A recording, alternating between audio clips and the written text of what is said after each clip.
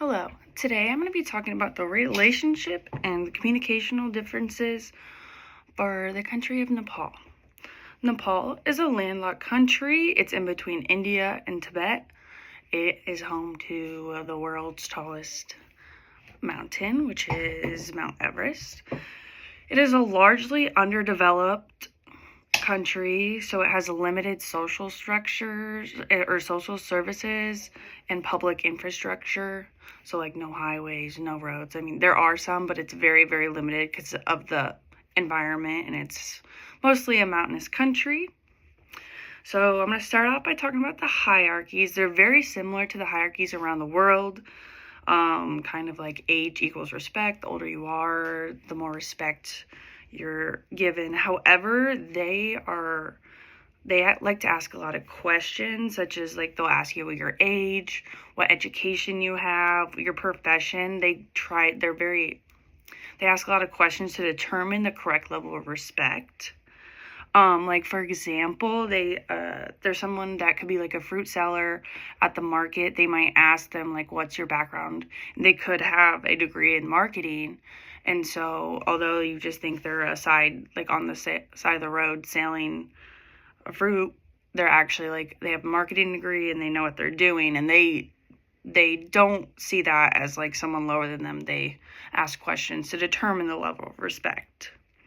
They have a lot of different ethnicities, sorry. It is home to 142. Many of them are indigenous to Nepal and have origins as the original inhabitants. So there are some tribes that are still like very low internet access, very low into the modern world communications, and they're like original people from Nepal who've lived there, and they still show and live the same traditions. Kind of going on with the types of religions and types of people, they have multi-generational households often. Family and friends often contribute to the household as well. They're a very selfless society. So it's very common for people to give things up for the better of either their friends, the family, or their small like social group. They're very trusting. They value friendship just as much as they value family. And they also are very, very friendly to introduce their friends to people that they're close with.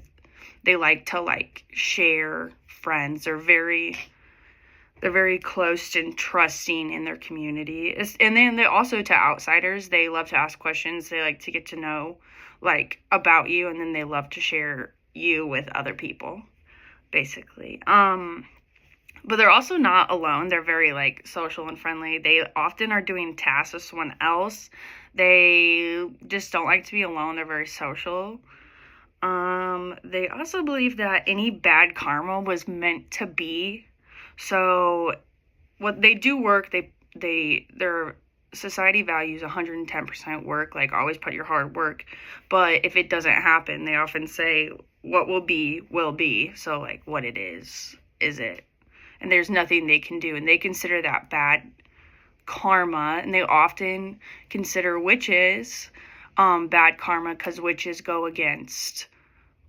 they think they go against what God wants them.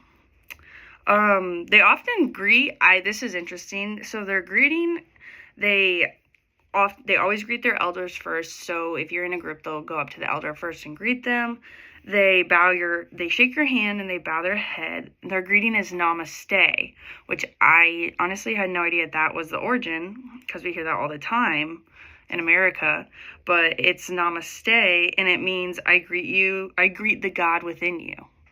So they're not greeting, they say they greet the God within you. It's very interesting. I did not know that.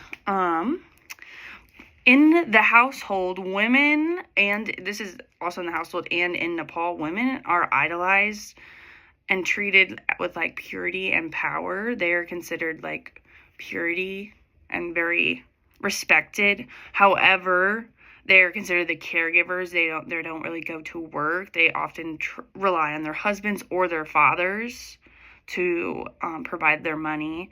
They live in the multi-generational household, so like if their dad, they could live with their husband and their dad brings more money in, but like the husband also works. But they don't work as often in a traditional society. They stay home and take care of the society. Marriage is also quite interesting.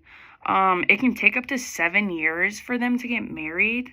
Traditionally, the groom and his parents come and visit the girl's home and the family to discuss marriage, and it can take up to 7 years to get to that point.